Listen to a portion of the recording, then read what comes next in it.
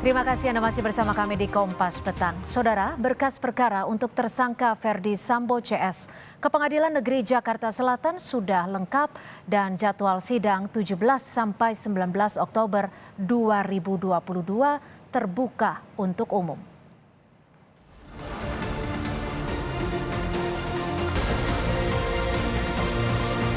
Sidangnya akan terbuka untuk umum Bapak Ibu, nanti boleh diliput. Kejaksaan Negeri Jakarta Selatan resmi melimpahkan 11 berkas perkara untuk tersangka Ferdi Sambo CS ke Pengadilan Negeri Jakarta Selatan. Berkas dinyatakan lengkap, sehingga Pengadilan Negeri Jakarta Selatan sudah menunjuk majelis hakim yang akan menangani perkara Sambo. Sidang pun dipastikan akan terbuka untuk umum. Kita tidak terlalu besar, tapi di Selasar itu akan kita siapkan monitor agar masyarakat, rekan-rekan media juga bisa meliputnya. Ya Bapak Ibu ya. Rencananya sidangnya offline Pak. Offline artinya dihadirkan di sini Bapak. Jadi Bapak bisa meliputnya. Nanti itu kita serahkan kepada majelis hakimnya apakah hari sidangnya disamakan, hari sidangnya dibedakan, apa ruang tahanannya sama atau ruang tahanannya dipisahkan. Itu sepenuhnya nanti kewenangan majelis hakimnya. Jadwal sidang sudah dikeluarkan oleh Pengadilan Negeri Jakarta Selatan untuk kasus pembunuhan berencana dengan terdakwa Ferdi Sambo, Putri Chandrawati, Ricky Rizal, dan Kuat Makruf akan menjalani sidang Senin 17 Oktober 2022. Sementara tersangka Richard Eliezer dijadwalkan Selasa 18 Oktober 2022. Untuk kasus obstruction of justice, pengadilan menjadwalkan sidang hari Rabu 19 Oktober 2022. Polres Metro Jakarta Selatan sudah memetakan lokasi untuk menempatkan personil Polri mulai pekan depan. Pengamanan dibantu dengan personil Polda Metro Jaya. Telah membuat rencana pengamanan, setidaknya ada 170 personil nanti yang kami turunkan. Kami di backup juga oleh Polda Metro Jaya. Berarti pengamanannya akan lebih ketat karena ada tersangka juga dihadirkan ya Pak ya? Kami dalam setiap proses pengamanan tidak boleh underestimate. Kami mencoba fokus dan serius. Dalam menangani perkara Sambo dan tersangka lain, Kejaksaan Negeri Jakarta Selatan berjanji akan bekerja secara profesional. Tim Liputan Kompas TV. Ferdi Sambo dan tersangka lain segera menjalani persidangan di Pengadilan Negeri Jakarta Selatan Senin 17 Oktober 2022. Untuk kasus pembunuhan berencana dengan terdakwa Ferdi Sambo, Barada Richard Eliezer, Bribka Ricky Rizal, Kuat Maruf, dan Putri Chandrawati. Ketua PN Jaksel menunjuk 3 hakim yaitu Wahyu Iman Santosa sebagai Ketua Majelis Hakim, Morgan Simanjuntak, dan Alimin Ribut. Untuk kasus obstruction of justice, ada 2 majelis hakim berbeda. Mereka akan menyidangkan 6 orang terdakwa. Brigjen Hendra Kurniawan, Kombes Agus Nur Patria, dan AKBP Arif Rahman Arifin akan disidang oleh majelis hakim yang sama, yaitu Ahmad Suhel sebagai Ketua Majelis Hakim, kemudian Ju Yamto dan Hendra Yuristiawan.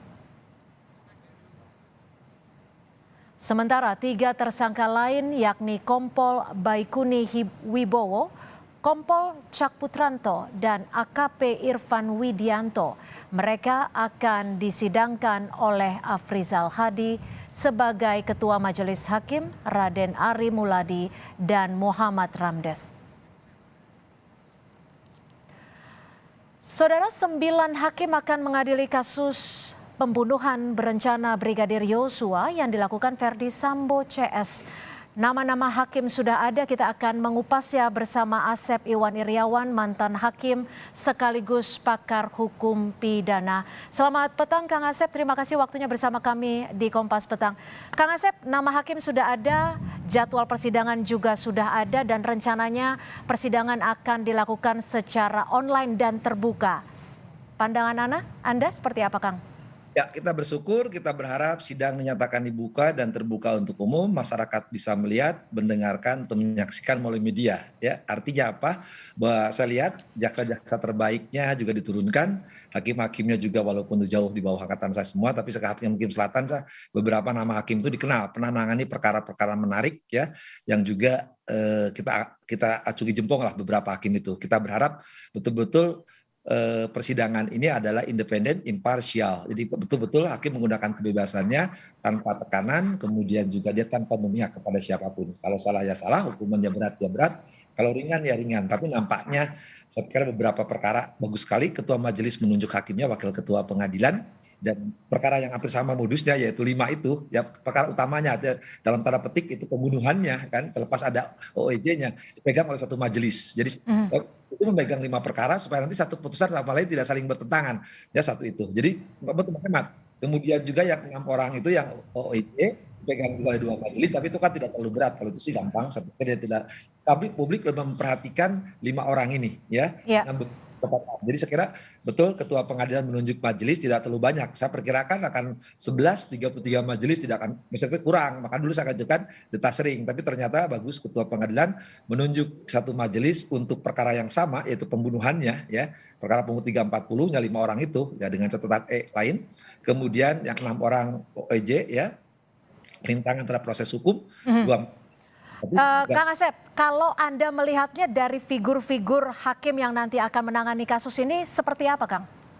Ya, kalau selama ini kan Selatan boleh dikatakan dulu sebenarnya kejadian kan, ya, pernah kena OTT, panitera kena OTT, tapi beberapa tahun terakhir Selatan ini cukup kita acungi jempol ya, ada keberanian, artinya independensinya ditunjukkan, mengutus perkara-perkara yang cukup menarik perhatian. Artinya ada orang-orang besar yang diadili, entah melalui pra-peradilan atau perkara menarik, dan hakim menunjukkan independensinya. Mudah-mudahan itu ditunjukkan, karena setidak-tidaknya 3 hakim ini di kota-kota besar yang berpengalaman, saya pikir perkara 340 ini bagi mereka tidak asing lah, tidak susah gitu kan. Apapun juga kalau nanti kelak ada saksi berkelit dan berkilah, saya pikir ini bisa menangani. Jadi tinggal sekarang sebenarnya kan sering saya katakan, ini ya tinggal pilihan aja hakim ya, terhadap terutama FS, berani maju tekan mati, seumur hidup atau penjara, tinggal itu ya.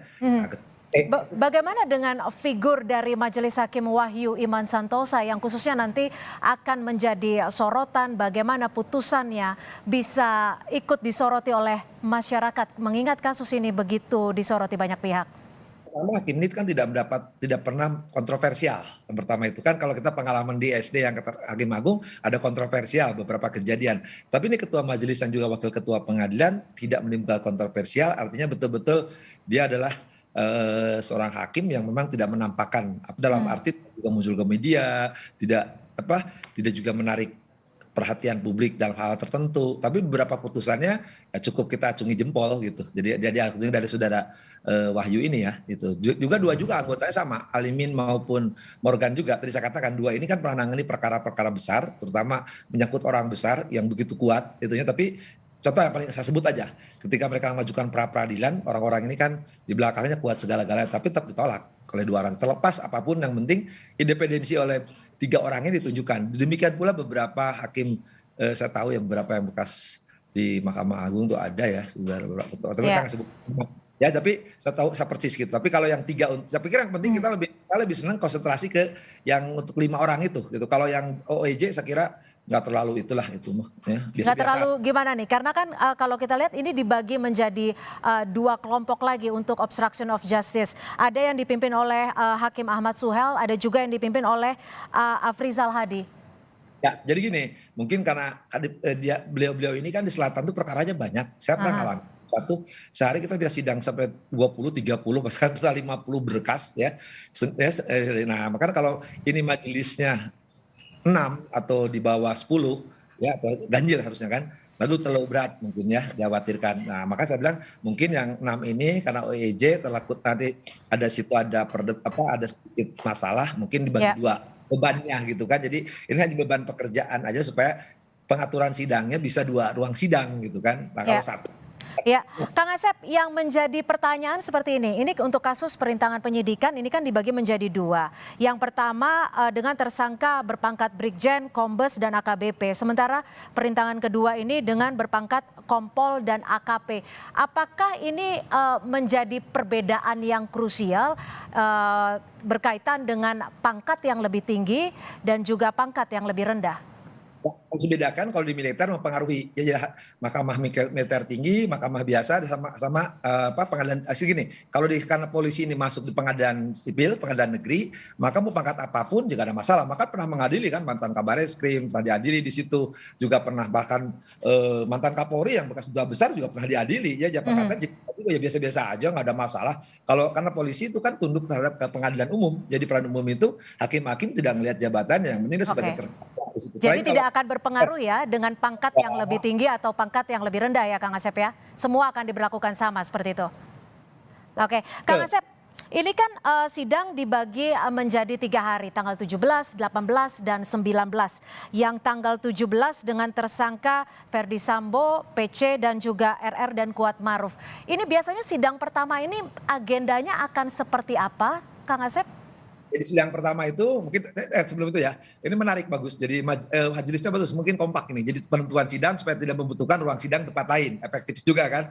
Nah, jadi perhatian publik tidak terpecah gitu kan.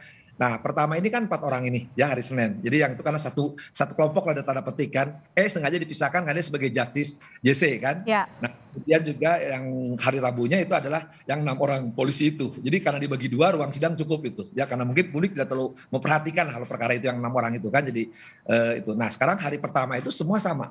Jadi hari pertama adalah nanti sidang nyatakan dibuka. Kemudian juga pembacaan dakwaan dari jaksa penuntut umum. Jadi dakwaannya kita kenal apa yang didakwakan, apakah alternatif, kumulatif, atau kombinasi. Jadi itu hari pertama itu.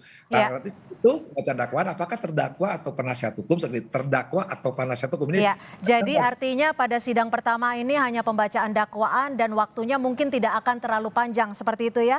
Terima kasih Kang Asep Iwan Iryawan, mantan hakim yang juga pakar hukum pidana sudah bergabung bersama kami di Kompas Petang. Terima kasih Kang Asep.